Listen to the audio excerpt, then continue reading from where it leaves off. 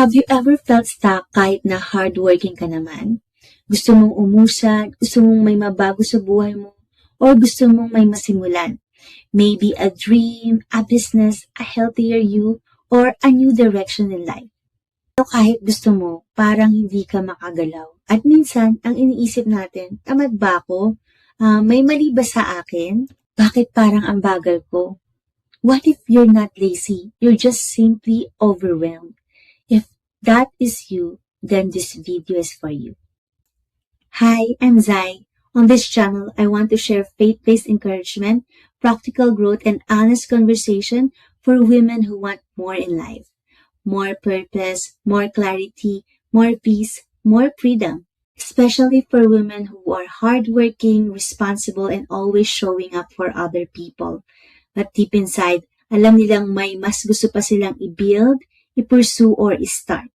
So if that sounds like you, I hope you'll stay till the end. Ang totoo, ang daming hardworking women. Mukhang okay sila sa outside, pero inside, stuck. You go to work, show up for your family, do your responsibilities, you keep going even when you're tired. Pero pagdating sa sarili mong goals, sarili mong dreams, sarili mong plano sa buhay, parang dapat laging later na lang. Later na lang pag di na busy, pag mas malinaw na, pag mas may energy na, pag mas ready na, pag mas may tamang timing na. And before you know it, weeks pass, months pass, minsan years pa. At kaya masakit ito kasi hindi ka naman pabaya, hindi ka naman walang pangarap, hindi ka naman walang ginagawa. Pagod ka lang, overstimulated, mentally drained, emotionally stretched. And sometimes that kind of heaviness can make even strong women feel stuck.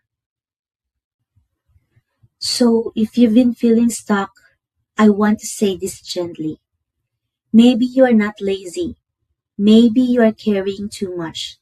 Minsan kasi, when a woman has been strong for too long, when she keeps giving, serving, showing up, adjusting, sacrificing, it becomes hard to hear her own heart clearly.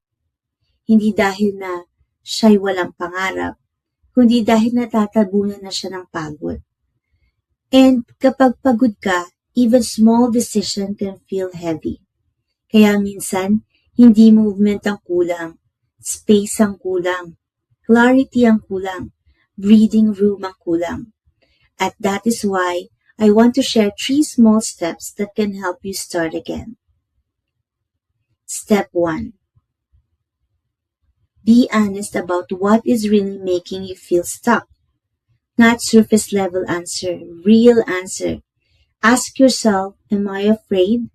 Am I exhausted? Am I disappointed? Am I comparing myself too much?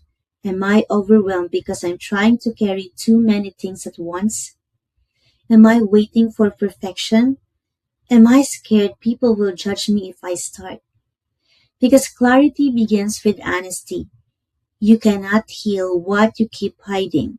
You cannot move wisely if you keep guessing what's wrong. Minsan, ang kailangan natin is tumigil sandali and really ask, what is actually weighing me down right now? Kasi once you identify the real reason, mas madali mo nang maharap. Step number 2. Stop pressuring yourself to do everything. Choose one small next step.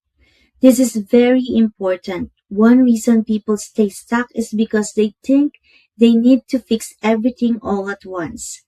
Kailangan kompleto na. Kailangan ready na. Kailangan perfect na ang plan. Kailangan malinaw na ang buong future. But that kind of pressure can freeze you. You do not need to do everything today. You just need one next step. Maybe your one step is writing down your thoughts, cleaning your space, praying for clarity, posting your first video, sending one message, making one outline, learning one skill, setting aside 20 minutes for yourself. One small step may look small, but it breaks stagnation, and sometimes movements create clarity. Step number 3. Build a rhythm, not a dramatic restart. A lot of women think starting again has to be big and powerful and life-changing overnight. But real change is often quiet. It looks like showing up consistently, making small wise choices, protecting your energy, giving yourself grace, and doing what you can with what you have. Hindi mo kailangan ng dramatic comeback para magbago ang direction ng buhay mo. You need rhythm. A sustainable rhythm, a rhythm of prayer, a rhythm of rest, a rhythm of reflection, a rhythm of growth, a rhythm of one step at a time. Because the goal is not to feel intense for one day, the goal is to move faithfully over time. If you've been feeling stuck lately, I want to remind you, you are not beyond recovery. Hindi pa huli ang lahat. Wow! Hindi nasayang lahat ng taon na tahimik ka. Hindi ibig sabihin na dahil mabagal ka ngayon, wala nang mangyayari. Sometimes a woman just needs space to breathe, truth to guide her, and courage to take one small step again. You do not need to become a different person overnight. You just need to begin again. Yes! Gently, honestly, and intentionally. If you've been feeling stuck lately, I want to remind you, you are not beyond recovery. Hindi pa huli ang lahat. Hindi na sayang lahat ng taon na tahimik ka. Hindi ibig sabihin na dahil mabagal ka ngayon, wala nang mangyayari. Sometimes a woman just needs space to breathe, truth to guide her, and courage to take one small step again. You do not need to become a different person overnight. You just need to begin again, gently, honestly, and intentionally. So, if this spoke with you, I want you to ask yourself, what one small step I can take this week? Just one. Not 10, not perfect, just one. If you're a hardworking woman who wants clarity, peace, purpose, and practical encouragement for growth in life and business, subscribe to this channel. I will be sharing more videos like this to encourage you to move with consistency. Thank you for staying and watching this video.